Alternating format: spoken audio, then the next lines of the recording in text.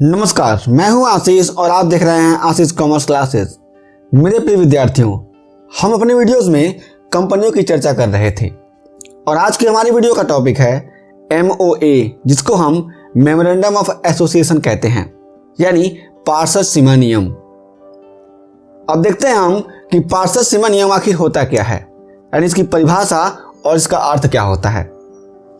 पार्षद सीमा नियम कंपनी का संविधान होता है, जिसमें कंपनी का नाम, कार्यालय, उद्देश्य, दायित्व और पूंजी आदि का विस्तृत वर्णन होता है। पार्षद सीमा नियम के आधार पर ही कंपनी अपनी पूंजी, उद्देश्य और दायित्व का निर्धारण करती है और ये भी तय करती है कि उसका नाम क्या होगा और उसका पंजीकृत कार्यालय कहाँ होगा। यहाँ पे समझने वाली बात यह है कि जो पार्षद सीमा नियम है वो कंपनी का संविधान होता है। संविधान का मतलब ये है कि उसमें कंपनी के नियम कायदे होते हैं। नियम कायदों की बात करूं तो कंपनी का नाम क्या होगा, कंपनी की लायबिलिटी क्या होगी, यानी कंपनी का दायित्व क्या होगा, कंपनी के उद्देश्य क्या होंगे, यानी कंपनी किन उद्देश्यों के आधार पर स्थापित की जा रही है, कंपनी का पंजीकृत कार्यालय का क्या होगा। तो ये सब बहुत जरूरी चीजें पार्षद सीमा नियम में बढ़िया से लिखी होती हैं नियमों के साथ। और ये जो पार्षद सीमा नियम होता है वो कंपनीज एक्ट 2013 के आधार पर बनाया जाता है, यानी जो भी रूल्स एंड रेगुलेशन दिए गए हैं पार्षद सीमा नियम को बनाने के लिए भारतीय कंपनी अधिनियम 2013 में, उसी के आधार पर पार्षद सीमा नियम बनाया जाता है।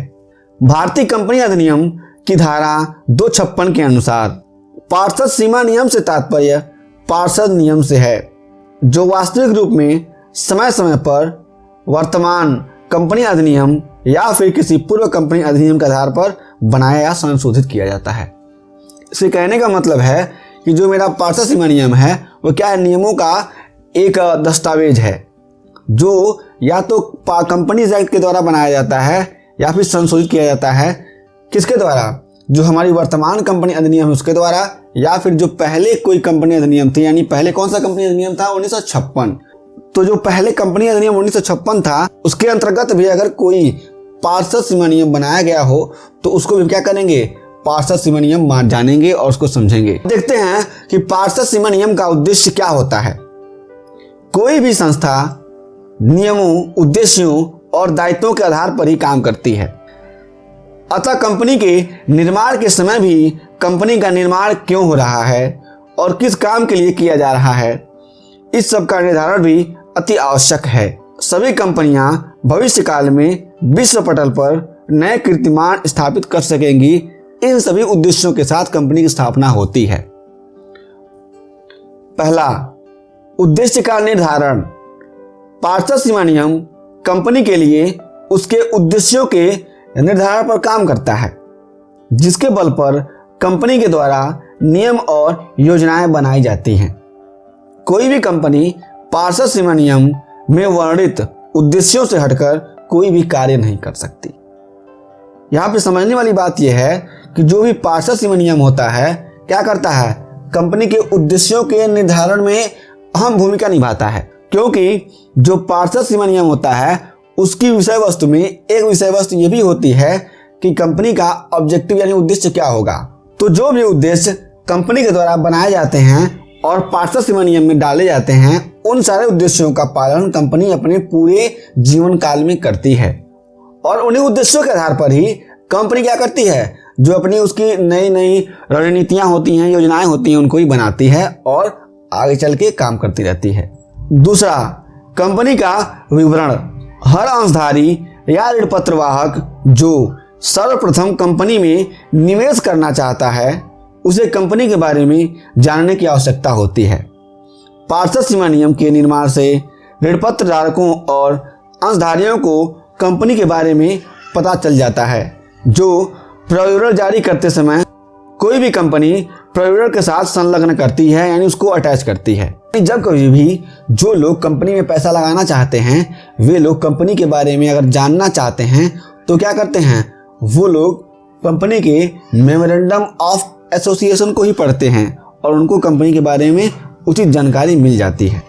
अतः कहा जा सकता है कि पार्षद सीमा नियम एक सार्वजनिक दस्तावेज है। तीसरा, अंशधारियों का हित।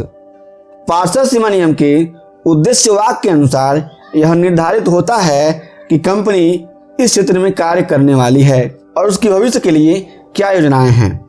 कोई भी कंपनी अपने उद्देश्यों से हटकर कोई कार्य नहीं कर सकती।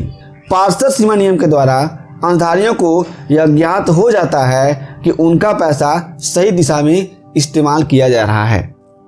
यानी अगर कोई कंपनी है वो अगर पार्षद सीमा नियम बनाती है तो उसके पार्षद सीमा नियम में जो भी उद्देश्य वर्णित होंगे उन्हीं उद्देश्यों के आधार पर कंपनी कार्य करती है, क्योंकि जो पार्षद सीमा नियम होता है वो कंपनीज एक्ट के नियमों के आधार पर बनाए जाते हैं।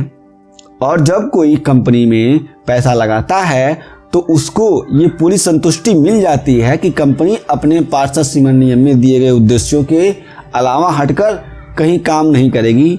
मतलब जो पैसा कंपनी में लोग लगा रहे हैं वे पैसे कंपनी अन्य जगहों पे इन्वेस्ट नहीं करेगी।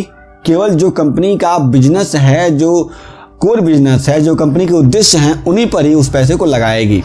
तो मेरे प्रिय साथियों, आज हमने इस वीडियो में ये समझा कि पार्षद सीमा नियम होता क्या है और पार्षद सीमा नियम बनाने के उद्देश्य कौन कौन से होते हैं। अगली वीडियो में हम जानेंगे कि पार्षद सीमा नियम की विषय वस्तु क्या होती है। हम फिर से मिलेंगे नए वीडियो के साथ। तब तक के लिए जय हिंद, जय भारत।